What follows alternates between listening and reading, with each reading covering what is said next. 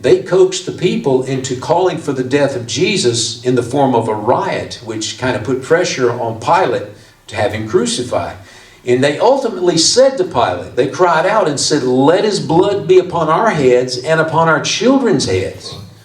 And sure enough, it happened. 40 years later, Jerusalem was destroyed.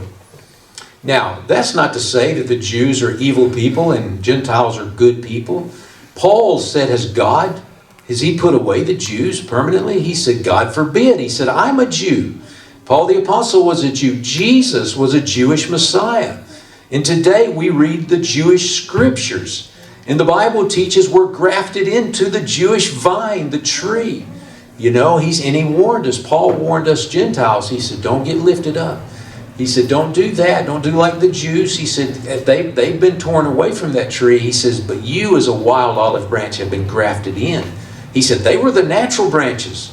He said, if God would cut the natural branches off, how much quicker would he not cut you off? You're not even a natural branch. We were from a wild olive tree, the Lord said. Or Paul said, excuse me. He said, so, in other words, walk softly. Be humble. Don't get lifted up like they did. They got lifted up.